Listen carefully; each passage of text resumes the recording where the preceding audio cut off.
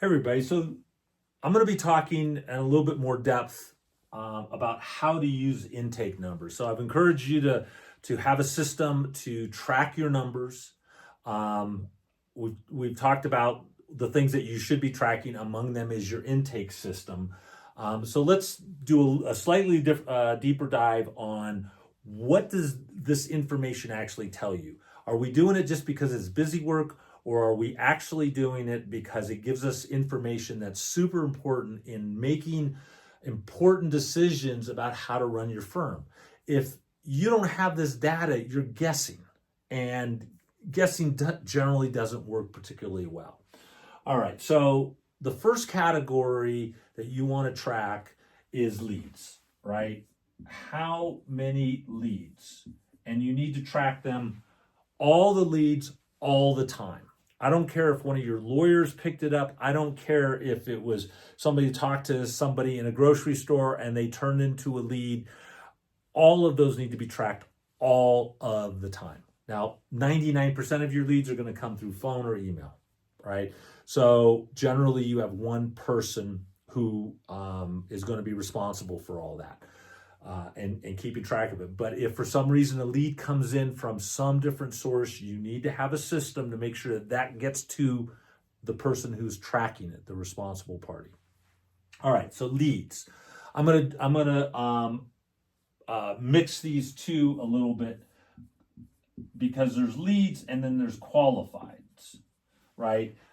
Lead is everybody who calls and says, "Hey, I'm raising my hand and I'm interested in getting a lawyer for whatever reason."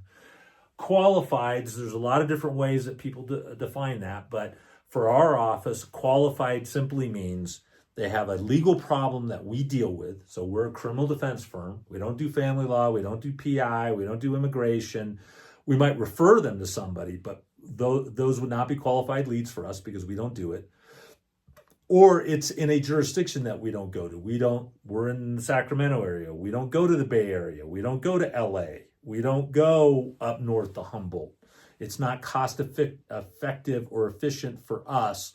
We might refer you to somebody, but we're not going to go there. So leads, what does that tell us? Well, as I've talked about before, this is like the check engine light. If the check engine light goes on in your car, it means that there's something going on. It doesn't mean that you need to pull over and get towed. It doesn't mean that your car's falling apart. It just simply means that there is something going on. There's some anomaly, something that you need to look into. So the check engine light goes on. Where do you look? And what I'm going to describe is this will tell you where the challenges are. A lot of times people only realize that there's a problem when they look at their bank account and there's no money there. But that's way too late. You want to check out your check engine light much earlier on. So what does leads and qualifieds tell you? Well, it tells you the trend, right? Are your leads going up or are your leads going down, right? Are you getting more or are you getting less, right? Are your qualifieds going up or are your qualifieds going down? This is telling you how well your marketing's working, right? We have had a very steady 100 to 120 leads a month for several years, okay? The months vary, they're not spot on, but I don't think we've had a month with less than 100 leads for probably 6 or 8 months.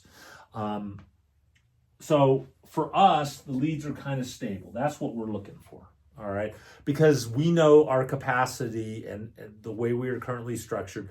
If we got 200 leads, we would be swamped, and that would be a waste of our time and money. So we want to be consistent. That's us. If you're growing, you want your leads to go up. More importantly, you want your qualified leads to go up. Is the message that you're getting out there getting to the people that you need it to get to? If they're not qualified, that lead is not very valuable to you. You might be able to, turn it into a lead down the road, but right now it's not qualified. So you just paid for a lead that, you can't service, right? So this tells you how marketing's doing. All right, gives you check engine light.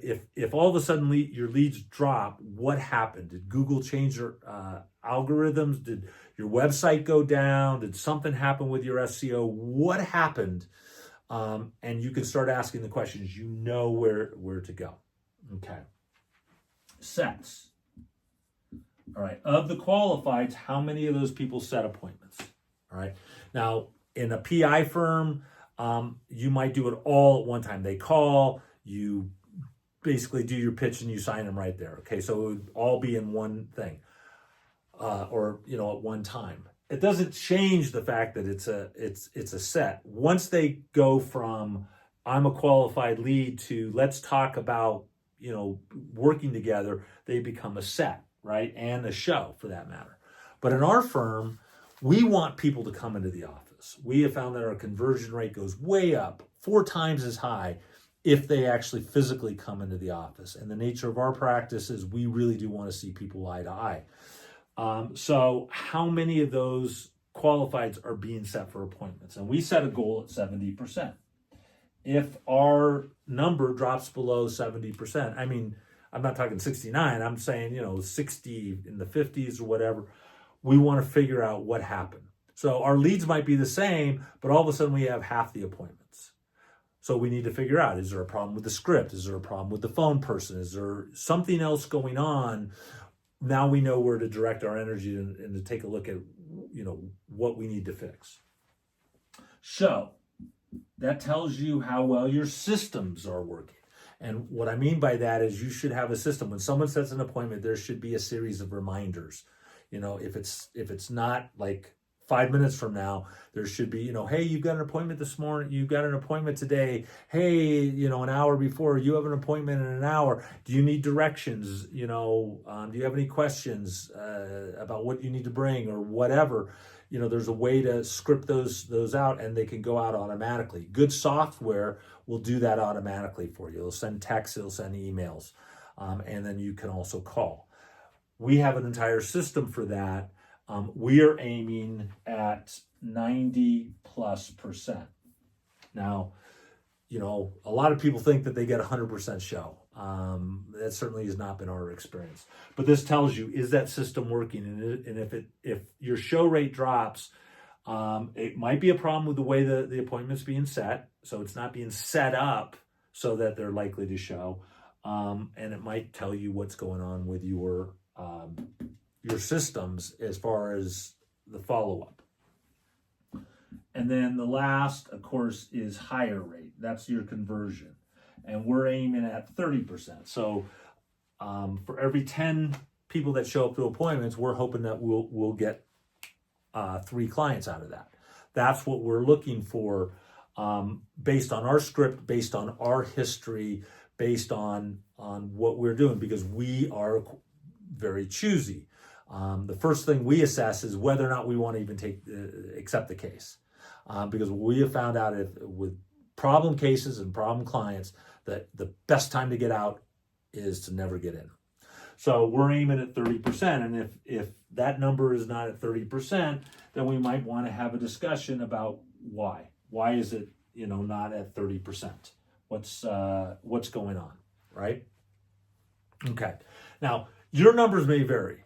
Different practice areas vary. Sets, shows, and hires for PI firms tend to be way higher because those people are not forking out cash, right? In our situation, every one of these hires represents a case that has about a $10,000 value. So people are sending us a lot of money, and it's not going to be covered by insurance or anything else. So, to get somebody to cut you a sizable check is different than somebody who's signing on for free. Different practice areas are going to have different numbers, although these numbers, I think for anyone who charges by the hour or who is not on a contingency, these numbers, are a place to start if you don't know what numbers to start with to aim at. But you got to figure out what your optimal situation is. What is optimal in your for your office, and then whatever your baseline is, wherever you are right now, start aiming at trying to improve it to get it to be better and better and better. And as your staff improves, as you train people, as you get better at doing this, these numbers do tend to go up or get better. And it gives you a real clear check engine light if a number takes a precipitous drop, if something unusual starts happening, you at least know where to put your energy. All right, everybody. Thank you.